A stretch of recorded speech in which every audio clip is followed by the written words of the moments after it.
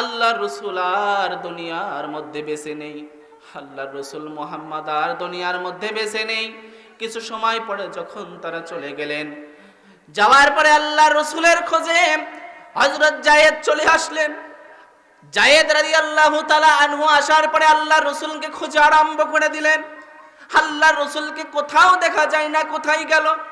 এমন সময় পাথরের স্তূপগুলো সরায় আর কান্না করে। কান্না করতে করতে তিনি কি করলেন, দেখতে পেলেন আল্লাহর রাসূল পাথরের নিচে পড়ে গিয়েছে।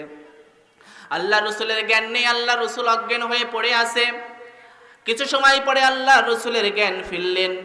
জ্ঞান ফেরার সঙ্গে সঙ্গে আল্লাহর রাসূলকে যায়েদ বলে, ইয়া রাসূলুল্লাহ, ইয়া হাবিবাল্লাহ, হুজুর আপনি বড় কষ্ট পেয়েছেন গো আল্লাহর নবী। আল্লাহর নবী ডাক দিয়ে বলেন, যায়েদের কথা কম বলো, দেখো ওই পাহাড়ের ওই পাশে ইহুদির ছেলেরা আছে নাকি। সঙ্গে সঙ্গে দৌড়াতে দৌড়াতে যায়েদ চলে গেলেন। যাওয়ার পরে দেখলেন ইহুদির ছেলেরা আর নেই। ইয়া রাসূলুল্লাহ, হাবিবাল্লাহ, ইহুদির ছেলেরা তো আর এখানে কারোকে দেখা যায় না। সঙ্গে সঙ্গে আল্লাহর রাসূল বললেন, যায়েদের আমাকে এক লোটা পানি দাও, আমি একটু ওযু করে 2 রাকাত নামাজ আদায় করব। আল্লাহর রাসূলকে এক লোটা পানি দেওয়া হলো। আল্লাহর রাসূল ওযু করলেন। ওযু করার পরে আল্লাহর রাসূল 2 রাকাত নামাজ আদায় করলেন। জোরে বলুন সুবহানাল্লাহ। যখন আল্লাহর রাসূল ওযু করতে যাবে, আল্লাহর রাসূলের সারা গায়ে এত পরিমাণ রক্ত, হযরত যায়েদ একটা কাপড় দিয়ে রক্তগুলো মুছে দেয়।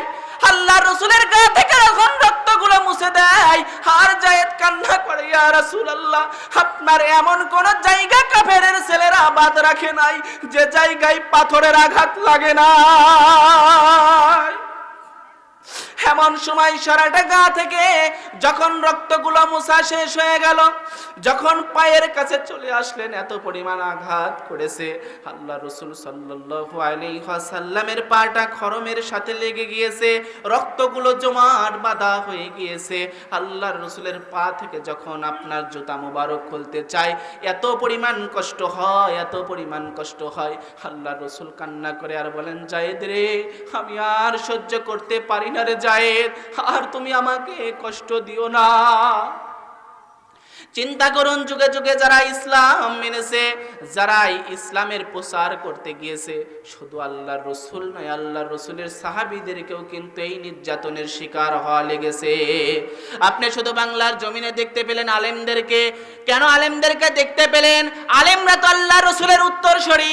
আল্লাহর রাসূল যে কাজ করে গিয়েছে, আল্লাহর রাসূলের অনুসরণ করতে গিয়ে তারা কেউ বা নিজেদের হাত দিয়েছে, কেউ বা পা দিয়েছে, কেউ বা তার জীবন পর্যন্ত দিয়ে দিয়েছে।